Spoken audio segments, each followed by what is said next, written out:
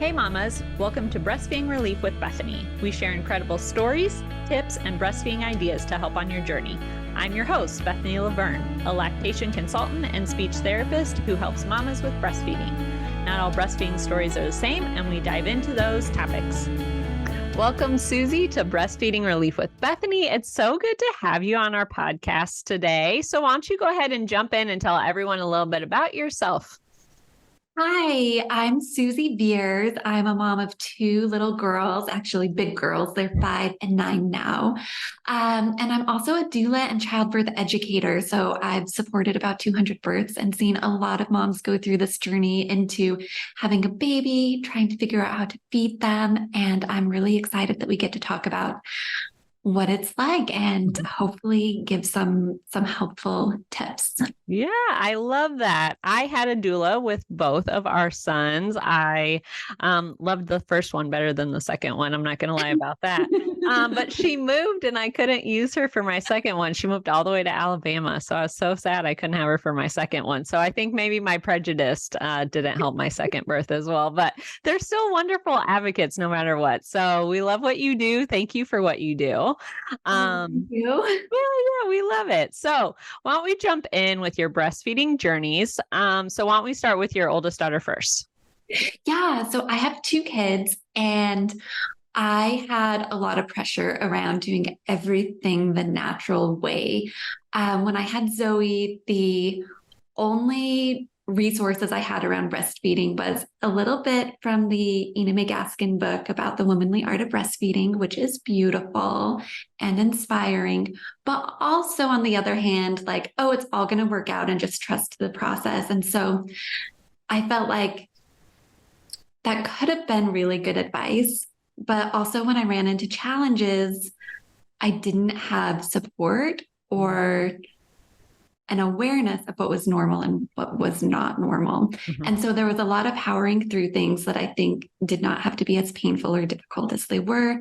And a lot of just self-doubt and worry and very complicated emotions. Sometimes I loved it. Sometimes I hated it. Sometimes it was the best relationship. And sometimes it was just like so much resentment and kind of finding my way through it. So that was Zoe. Okay.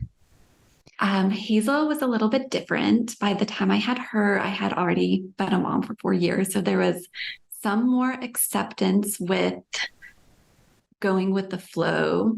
On the other hand, she had a tongue tie. And so after she was born, I had this amazing natural home birth that was so restorative. And after having an emergency C-section the first time.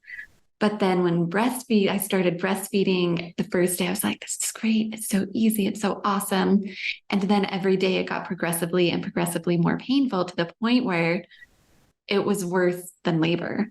Like, I was like, I would give birth a million times, but if I have to latch this baby one more time, like I am going to I was just crying every single time I had to feed her. And I remember I can't remember if it was the second or third week, the checkup with my midwife. And she looked at me the moment I walked in the door and was like, Suzzie, what's wrong? What happened? Because I was just like total mess. Like, I mean, if you think about like the mom who hasn't brushed her teeth or showered and like literally like past survival mode to like, I'm not really even surviving. I'm like, moment by moment existing and hoping that everything's going to be okay. And she looked at Hazel and she was like, she has a tongue tie. And my midwife was really great. She actually was like, I'm going to fix this for you right now. And she did the little tongue tie snip. Like She just wrapped her up, put her in a swaddle, snipped her tongue. And normally I would put like a lot of thought into something that invasive, but I was like, so at the end of my rope. And so she was like, Suzzie, go home, pump for the next 24 hours, use a bottle. And then things started to kind of like come back to normal. But like, I had thought that was normal because when I had Zoe and I had problems, I had just learned you power through it, not you go get help, because I came from that mindset of everything's going to work out. And if it's not, like, it's not the breastfeeding that's the problem. You just have to be strong to make it work. So that was really eye-opening to me. That was before I was a birth worker or a doula. And I think I see a lot of my moms kind of struggle with, like, how do you know when to ask what's normal, what's not normal? And so I'm glad you have this podcast, because sometimes you just need somebody to go to that knows, right? Yeah. No, you have said so many good things. I don't even know where to jump in, but I feel as a society, right? Like we've almost gone from a society where our grandmas or great grandmas breastfed and had home births. Then we were pushed into the hospital. We stopped breastfeeding. We went to formula and bottles. And now our generation is coming back into, let's go back into the home and birth like we're supposed to, and also breastfeed.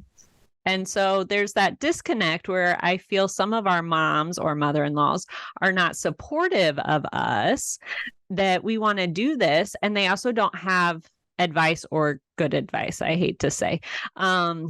Right. I was talking to a mom the other day that was like, oh, if your baby's not sleeping, throw some rice cereal in it. I was like, please stop. Take the rice cereal out today. They do not need rice cereal at 2 months old. Please take it out. That was one of my clients the other day. And I was like, no. Yeah. And so, I think, like, to give our moms and grandmothers some credit is there is a belief that, like, the support has continued to evolve to give us better outcomes, but it actually, women today are 500 times more likely to have a C-section than women in the 70s. And I don't want to go into more statistics because they're scary, but I'm going to just say that it was safer for our mothers to give birth than it is for us today.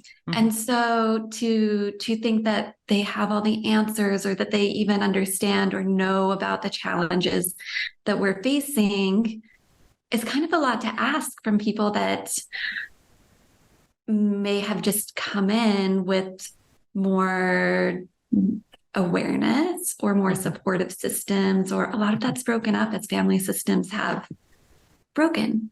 Or not broken is the wrong word, but have moved and evolved, and people aren't necessarily, like when I was a kid, I went to my grandmother's every weekend, and my kids see their grandmothers once a year because we are half a country away. So it's just different now. Right. Yeah. Instead of broken, I feel like maybe we should say we used to have like community and be together. Yes. Like I know I grew up, they called it like a mom's co-op. And so there was 5 moms that we never went to babysitters. It was like, my mom has a doctor appointment, so you're going over to Aunt Beth's house. And so I felt like I grew up with all these kids, even though I'm an only child, and it was so lovely that we all had this and all these moms worked together. And I just feel like we don't have that as much anymore. Instead, so. And there's so much knowledge gained when you can see someone else do it, like I've had clients where I come check on them in the postpartum, and they're like, oh yeah, my best friend went through this 3 months ago. And so I saw what she did, and I know, and some of us have that and some of us just don't, or some of us have that, but our friend doesn't know either. We're just guessing and following people who are guessing. And, we're doing the best we can, and we should get credit for that. But also it's great to have like help from people that are doing it daily and have seen, have more solutions, like actual solutions. Yeah. Right. Yeah. And so, that's why we've talked about why I have this podcast, right? So that you mamas can hear that it's not easy, right? And it's okay to ask for help. And I think sometimes it's even hard to get our shoes on and get out the door to go to some of those breastfeeding support groups. Like I know I kept inviting this one mom that I knew was having hard, and she was like, I just don't want to go because I don't want everyone to know I'm struggling. So instead we sit at home alone by ourselves and ask our question on Facebook, and then get 250 answers that are all over the board, right?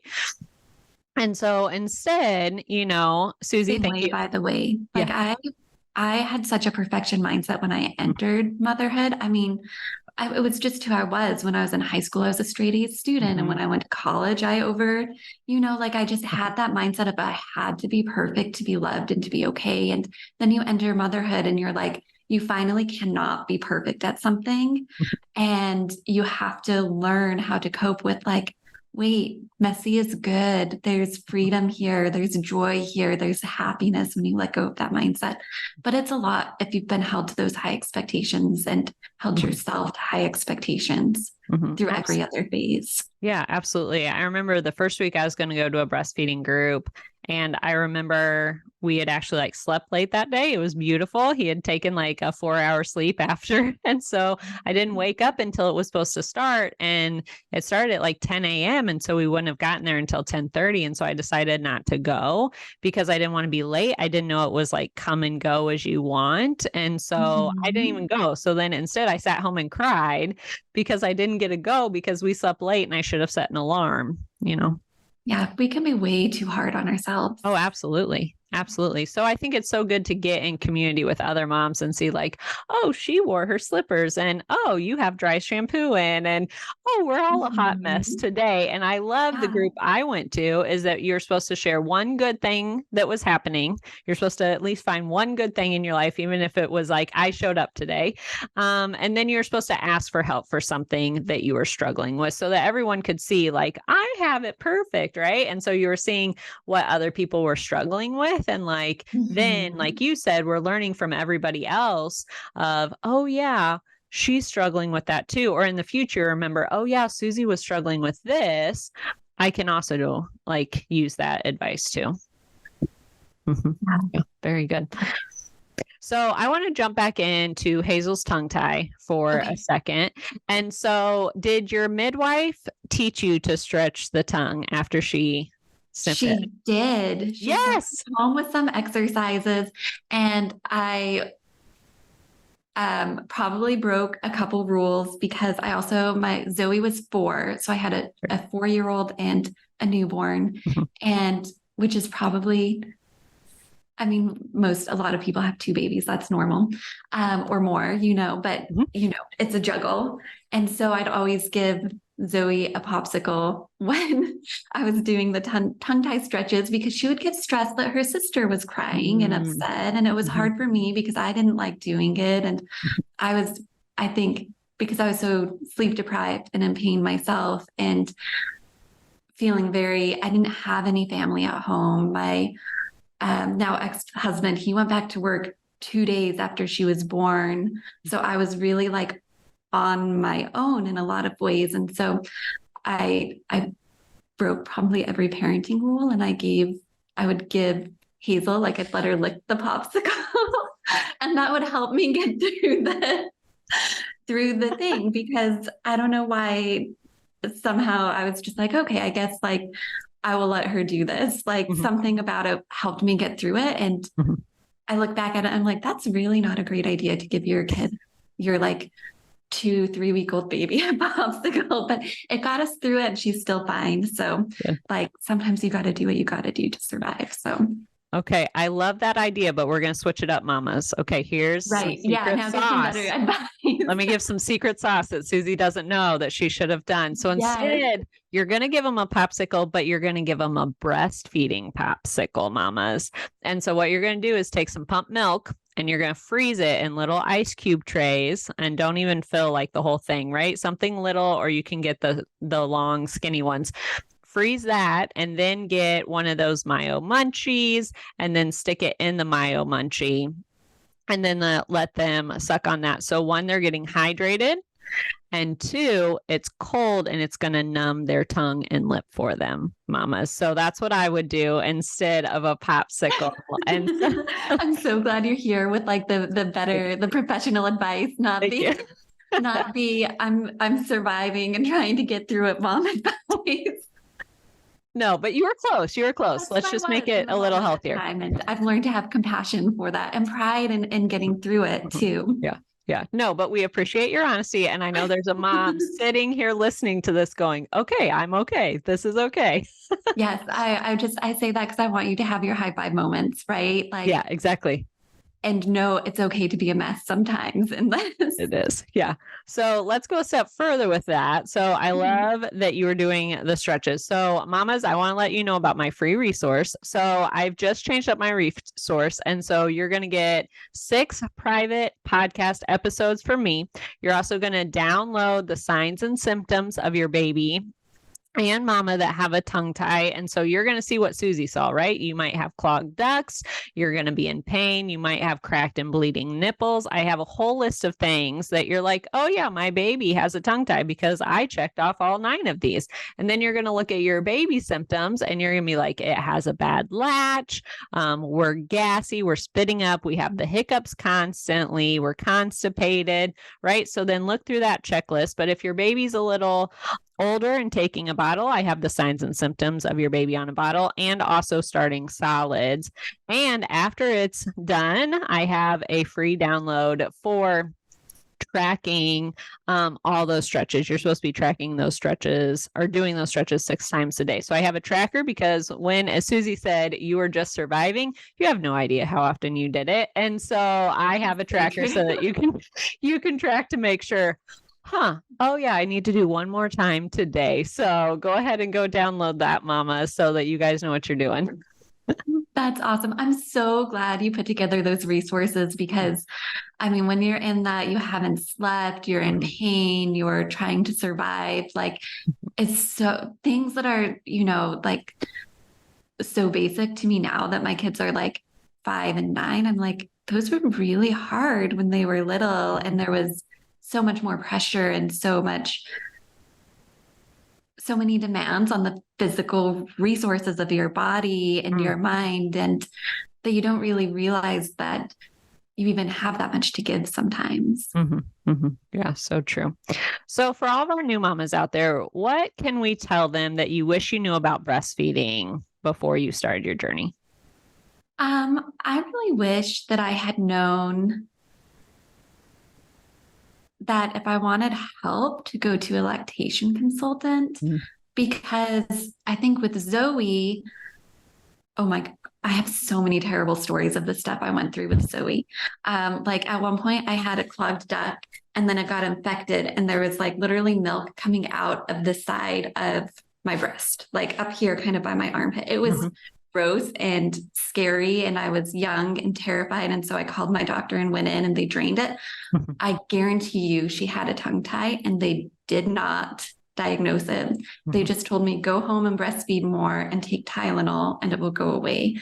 And so, I mean, I went through mastitis with her probably 4 or 5 times. Yep. And when I look back at it now that I've been in this birth world so much, I became a doula after Hazel was about 1 year. I went and did my training. And so as I've seen other moms go through this, I'm like, wow, lactation consultants are like the secret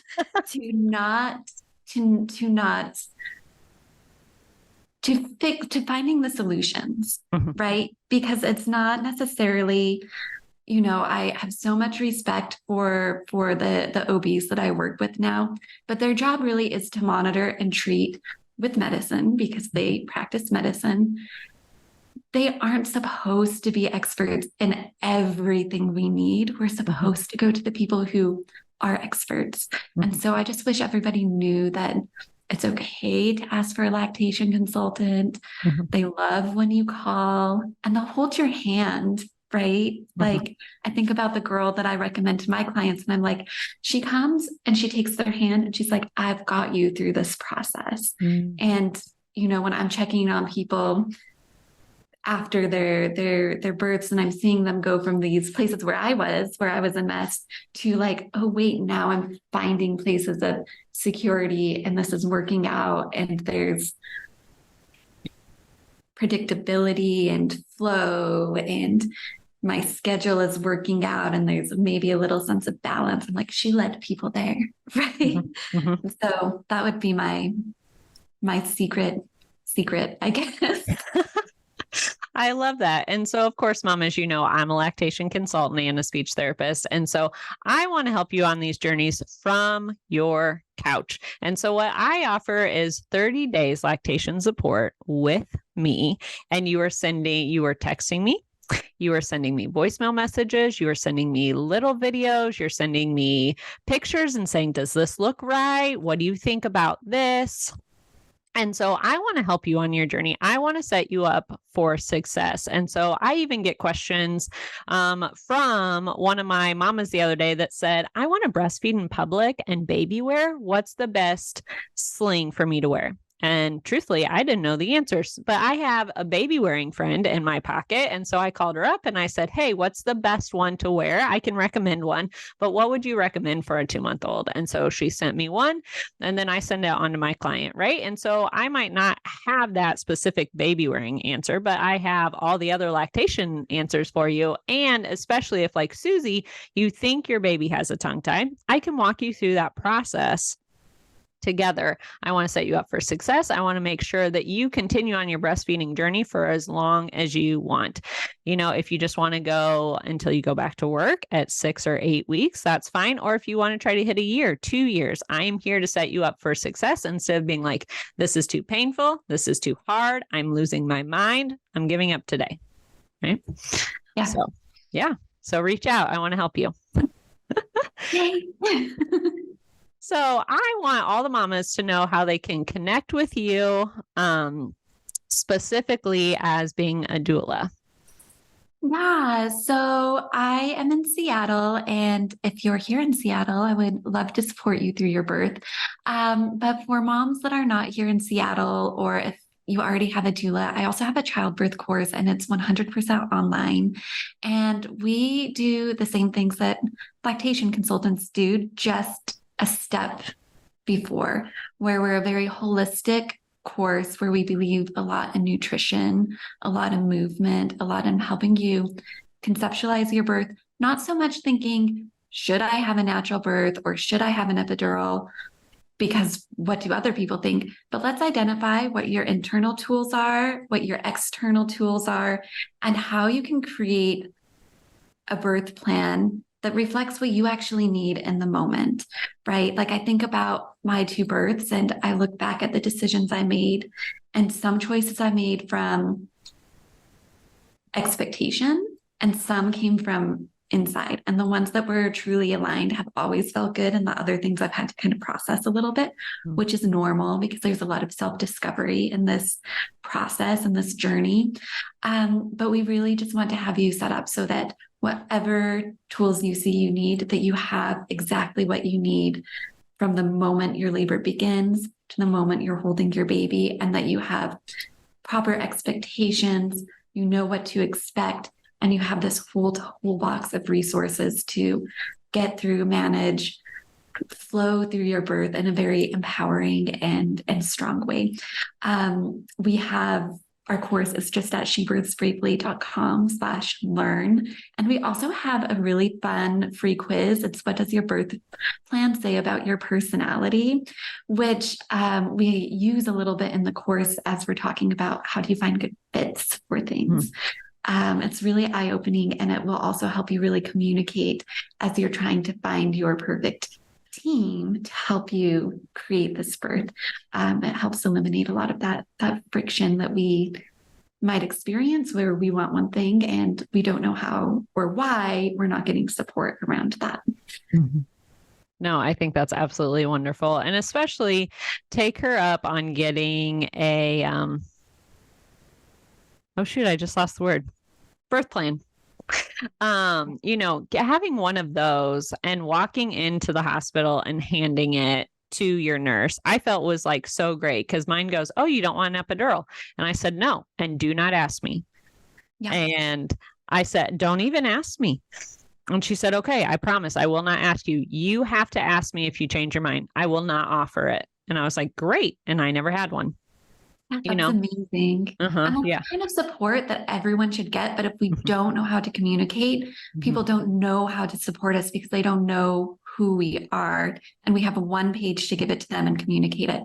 So one of the bonuses I have inside my birth course is everybody who takes the course gets a 1-hour meeting to go over their birth plan and ask whatever questions you have about either what you've learned in the course or just reviewing your birth plan to make sure that it communicates well what you want in your birth.